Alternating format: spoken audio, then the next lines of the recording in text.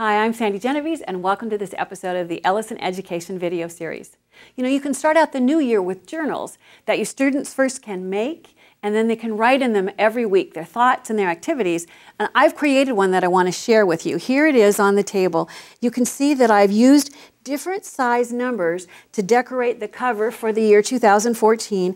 And then inside there are the tabbed pages. And as I go through, there are shorter pages that will be for drawing and for writing, and then tabbed pages, and they're spaced perfectly so that they line up and you can see all three. I've used tiny die cuts, in this case the shamrock for the month of March. Here I've used the inside out of the letter, one of the zeros, in order to create eggs for Easter because it falls in that month. Here is springtime. But basically, these are all going to be decorations that your students can use from die cuts or from stickers, or they can hand make their own.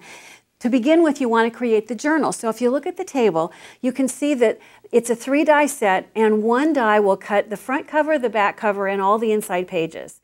Then next we have the 2 dies that cut the tabbed pages. Now this one will cut what looks like the bottom tab. This cuts the middle tab. Then when you flip this one, you can see how they'll align. By flipping this over, you get what will also be the top tab. So this will give you the format for your reports. Then you're just going to want to go back and add either die cuts from the tiny sizes or stickers and use those to decorate the tabs. When it comes to binding, if you look at the book, you can see that on mine I just use the metal ring binders that you find like at a stationery or an office supply store.